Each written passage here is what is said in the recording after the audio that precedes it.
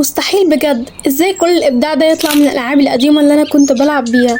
لو الفيديو وقع في ايدك ما تطلعيش منه، عشان هتعرفي الفيديو ده ازاي تعملي اعاده تدوير لالعابك القديمه وفي نفس الوقت اعاده استخدام على طريقتي وبلمسه توتا سكرافت. اللعبه المستخدمه عروسه صغيره، وهستخدم غطا علبه، وهبدا ان انا اثبت عليها العروسه بالشكل ده كده. وبس كده، الاستخدام منظم خواتم واكسسوارات شكله تحفه وكيوت، وعملناه من حاجه كانت عندي مش بلعب بيها.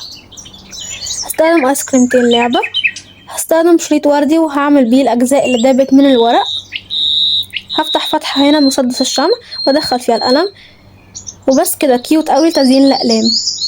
هستخدم كاشير لعبة كان موجود عندي، هثبت جزئين هنا من الفوم، هثبت هنا جزء من بلاستيك وردي، وهثبت هنا فصوص فضية.